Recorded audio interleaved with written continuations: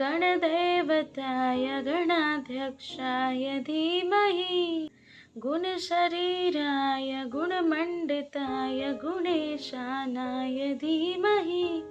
गुणातीताय गुणाधीशाय गुणप्रविष्टाय धीमहि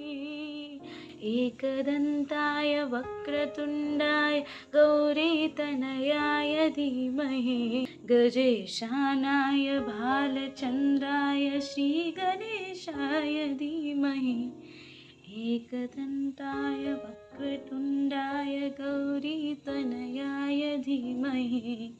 गजेशानाय भालचन्द्राय श्रीगणेशाय धीमहि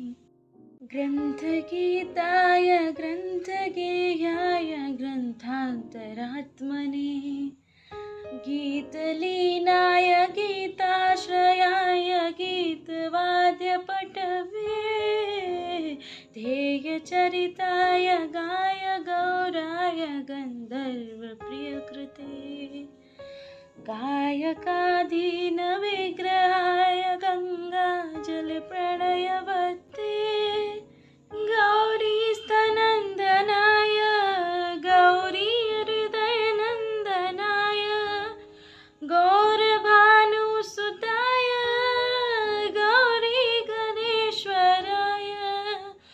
गौरीप्रणयाय गौरीप्रवणाय गौरभावाय धीमहि गोसहस्राय गोवर्धनाय गोपगोपाय धीमहि गुणातीताय गुणाधीशाय गुणप्रविष्टाय धीमहि